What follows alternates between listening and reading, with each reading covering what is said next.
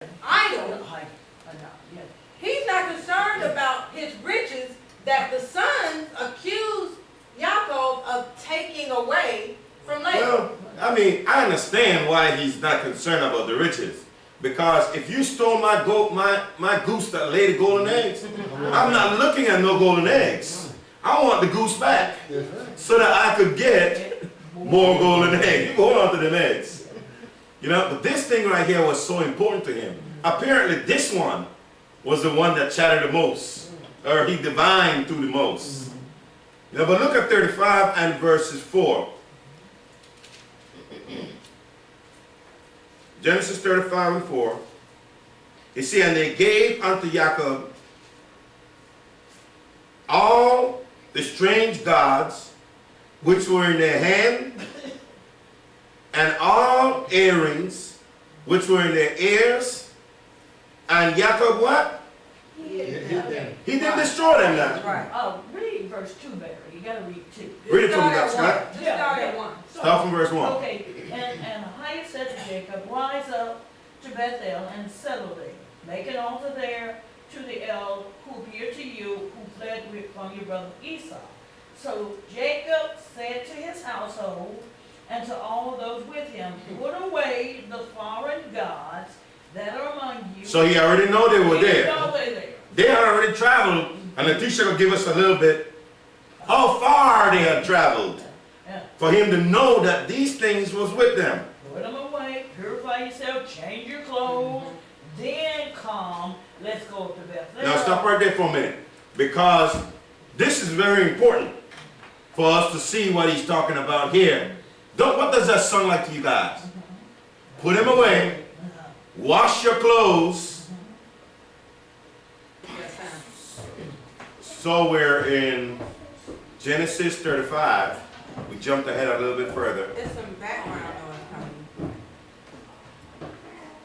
Genesis 35, to see about these gods that Rachel took from Laban, and to show that she was not the only one that have taken these gods.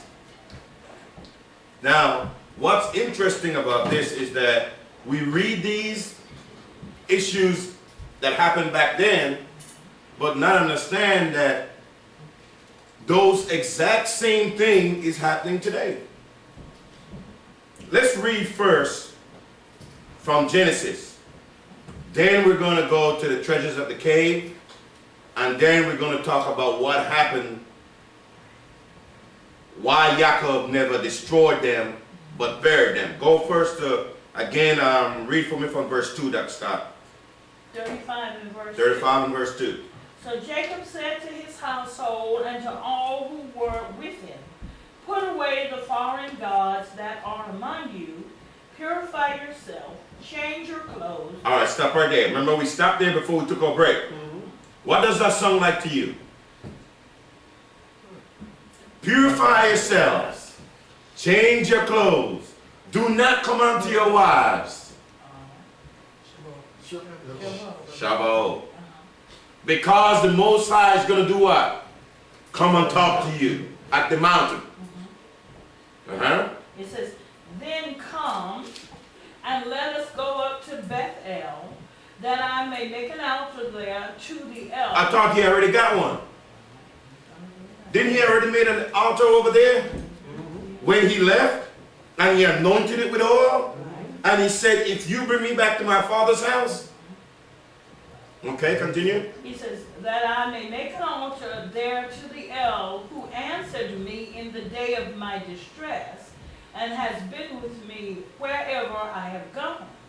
So they gave to Jacob all the foreign gods that they had, and the rings that were in their ears, and Jacob laid them under the root under the oak that was near Shechem.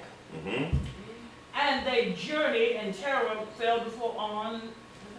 And as they journeyed, terror from Ahijah fell upon the cities all around, so that no one pursued them. All right, stop right there.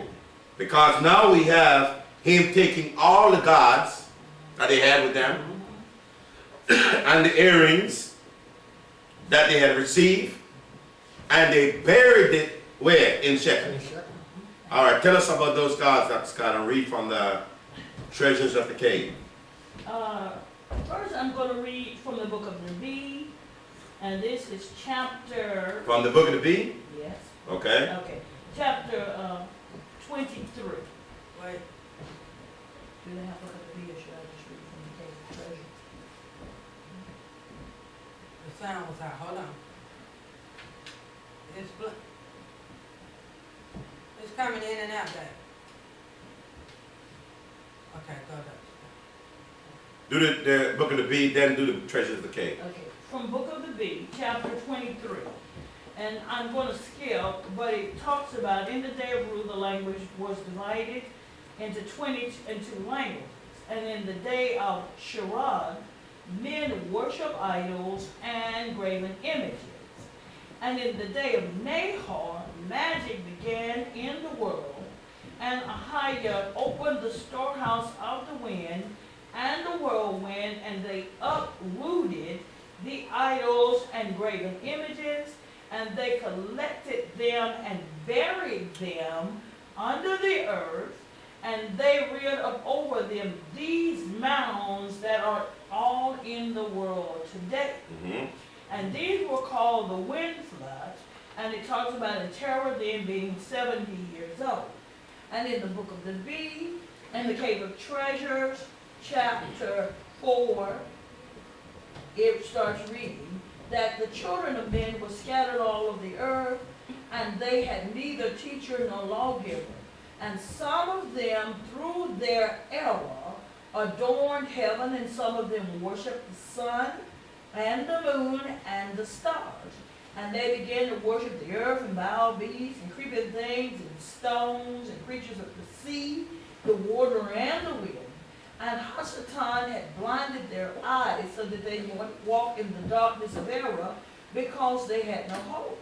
For them they died. They used to make an image of him, set it up upon the grave, as the remembrance of perils, and it might pass before their eyes, and then they would sorrow, and all began to think. In the days of Shirah, his wife, they married, the flood winds came on the earth to this day.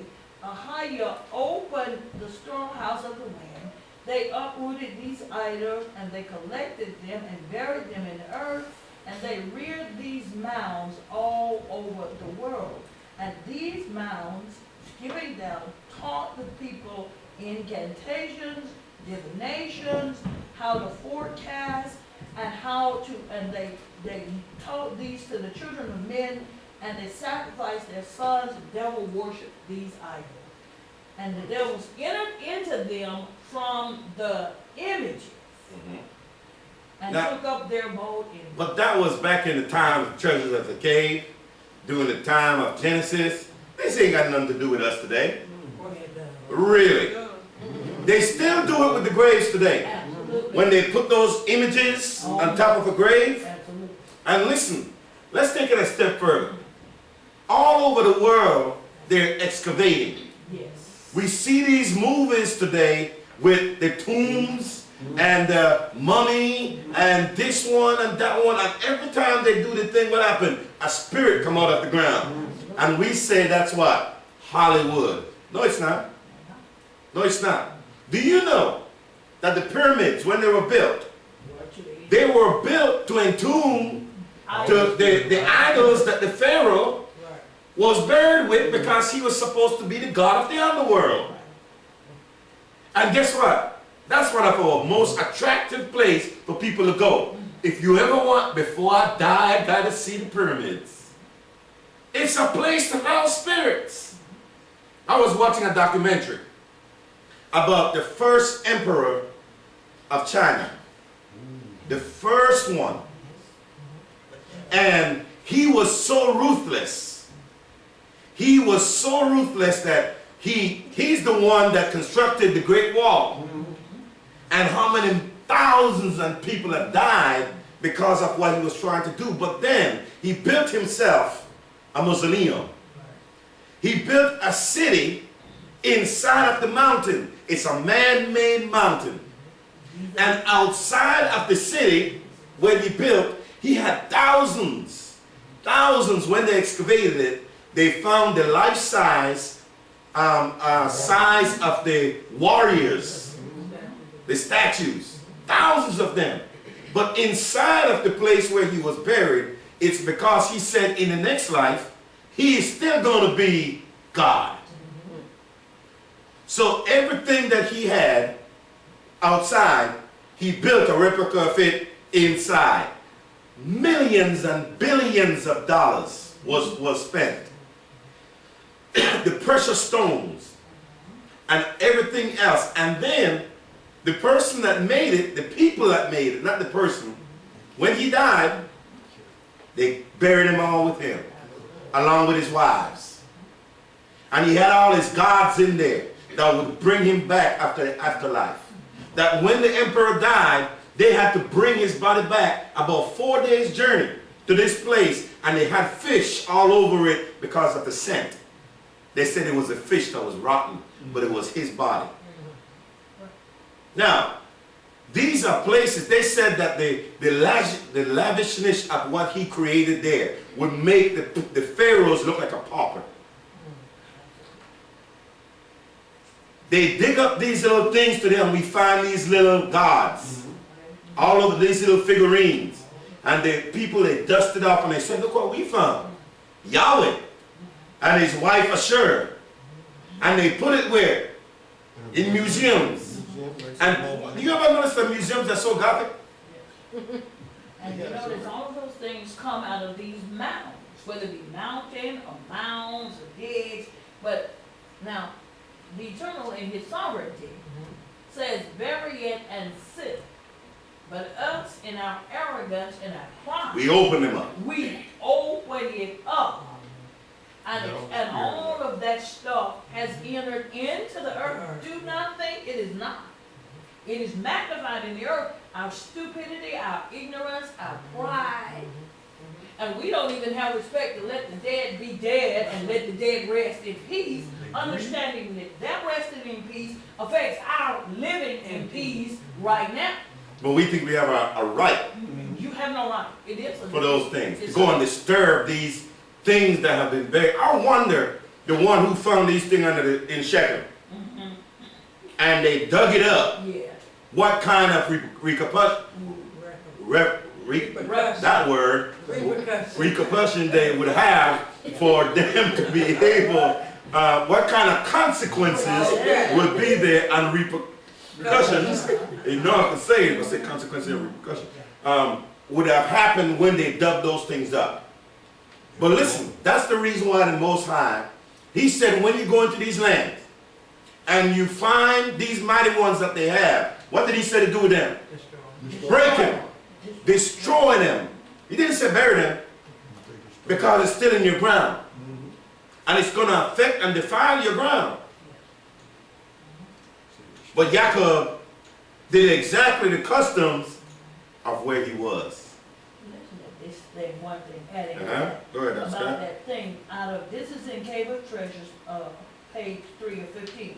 It talks about how that thing, this man is weeping. He tells in this spirit, go fetch your little son, slay him to me here as a sacrifice.